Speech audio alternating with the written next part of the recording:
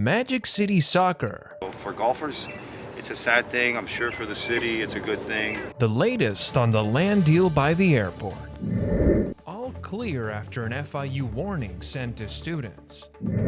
And the sights and sounds. The second largest population that we have on campus is our Black students. Of Juneteenth in South Florida. These stories and more coming up on Newsbreak. Hello, South Florida. I'm Anya Joseph. I'm Michelle Morris. Today is Monday, June 20th, 2022. Live from the South Florida Media Network's Biscayne-based studios in North Miami, this is SFMN Newsbreak. Supporters of Miami's soccer stadium plan on making a pitch to fans in South Florida. Inter Miami FC is finalizing a deal to convert the public golf course next to Miami International Airport into a commercial complex, which would include the team's new stadium. More on the issue now from the network's Paloma Pimentel. The Inter Miami Stadium construction faces backlash over golf course closure.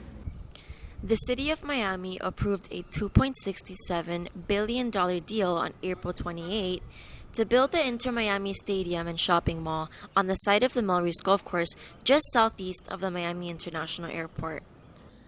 The plan for the stadium has been brewing for years, where finally the Melreese Golf Course site was chosen as a compromise, where team owners David Beckham and Cuban industrial magnate George Mass agreed to it if they were also allowed to build a shopping mall and some apartments. Soccer fans must still wait before the project gets approval from the Federal Aviation Administration. Some people are indifferent over the golf course closure, and some people have sentimental value to the golf course. It's our own local golf course. It's sad to see it go. And I'm sure they could build a stadium somewhere else, but they decided on building it here. So for golfers, it's a sad thing. I'm sure for the city, it's a good thing. It doesn't really affect me, to be honest. Although South Florida is a hotspot for soccer, the Inter Miami has received their worst stadium attendance these past seasons, where it ranks last among the 28 MLS teams at its Seat Home Stadium in Fort Lauderdale.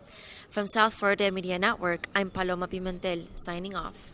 All clear on FIU's main campus this morning following an alert sent to students. The FIU alert yesterday cautioned students to stay away of FIU's Green Library. As police were present, according to FIU officials, a car chase from Homestead ended on campus, and Miami-Dade officials arrested a robbery suspect. The alert was sent out to keep students and staff out of the area until the situation was resolved. This morning, more than 2 million passengers are facing misery, with airlines canceling more than 1,000 flights over the weekend. The cancellations were blamed on rough weather, staff shortages, and infrastructure challenges. The increase of delays and cancellations come days after airline CEOs meet to discuss ways to improve operations, ahead of another surge in travel, which is expected over the 4th of July. Today, Colombia has a new president, and Colombians here in Miami participated in the voting. 62-year-old Gustavo Petro is now Colombia's first leftist president. He won the election by a slim margin yesterday over his opponent, Rodolfo Hernandez. His running mate, Francia Marquez, will become the first Afro-Colombian to hold executive powers. These elections have set new milestones for Colombia. The Miami community celebrated African American achievement over the weekend as FIU hosted its annual Juneteenth celebration. Take a look. It was important that we are represented on campus. We are proud that we're a Hispanic serving institution, but we're also a minority serving institution. And the second largest population that we have on campus is our Black students. Holiday celebrations were in full effect over the weekend as FIU came together to observe Juneteenth. June 19 marks the exact day in 1865 when enslaved people in Galveston, Texas, were first informed by federal troops that they were free. President Biden signed a bill last year recognizing Juneteenth as an official holiday, making it the nation's youngest federal holiday. We're here at FIU's second annual Juneteenth Freedom Celebration. As you can see right behind me, there are so many different activities going on. The atmosphere is really live here, just celebrating all of what Juneteenth is. Freedom for African American people. We're going to go ahead and check out what's going on out here behind me. The event featured several music performances, educational pieces, and an overall message of unity. As a university community, today and every day, we affirm our commitment to diversity, equity, and inclusion. I'm originally from Israel, and in my culture, we have Passover, which is it's the holiday that celebrates moving from slavery to freedom. So I really identify with that concept. I'm first generation, I'm Haitian American. My parents came here, and I always wanted to understand the diaspora, because in the Caribbean, everybody just considered there is no race. So when they came here, I started to understand and explain the importance of it. Part of the Juneteenth event celebrated an important family in the history of FIU. The event was held in front of the Earl Lean and Albert Dotson Pavilion, named after the late Albert E. Dotson Sr. and his wife, who have played a significant part in the success of FIU for several decades. His granddaughters were on hand Saturday. We just love FIU so much. He loved FIU so much. To see his legacy just be culminated in this building and for him to be here forever, that's very special to us, very special to us. I just hope that events like this aren't just restricted to a holiday. Yes. That you can do this on any day, other than Black History Month and Juneteenth, that these happen throughout the year, because Black history and Black people are here 365 days a year.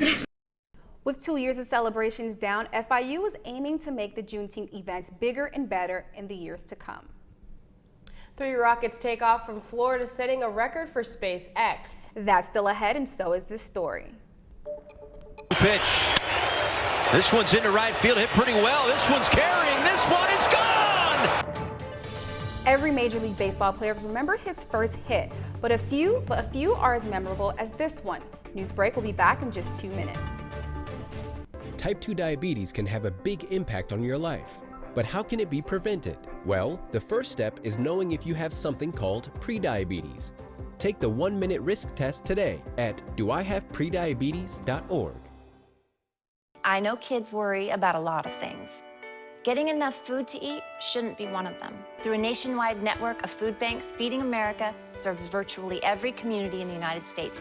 See how you can help your community. Visit feedingamerica.org.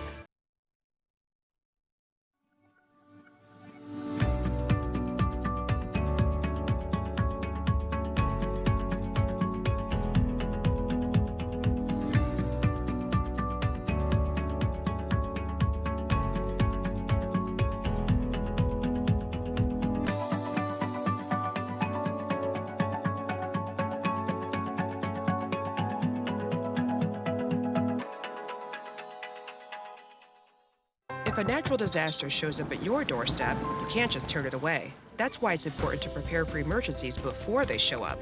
Go to ready.gov/plan to find the tools and tips you need. And make a plan today.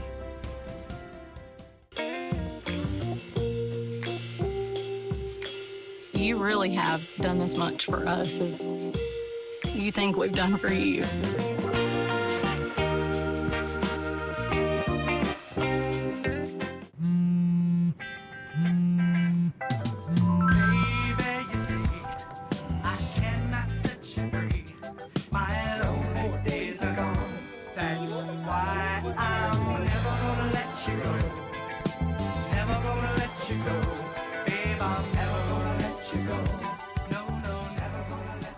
Here you go.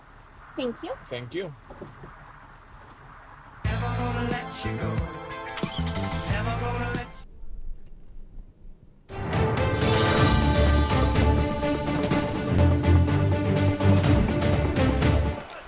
Quite an opening act for a Marlins rookie.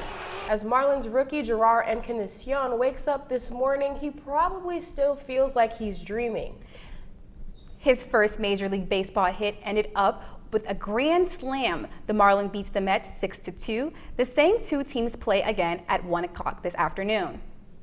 A launch record is in the books this morning. SpaceX completed a record triple header early yesterday with 3 successful launches in 36 hours. The Global Star satellite launch capped the fastest 3-flight sequence for an orbit-class rocket in modern space history. The launches came after internal criticism of Elon Musk and SpaceX erupted into public view. An open letter of criticism resulted in the firing of several critical SpaceX employees. That's all the time we have for Newsbreak. I'm Michelle Morris. I'm Anya Joseph. Get more news anytime at sfmn.fiu.edu.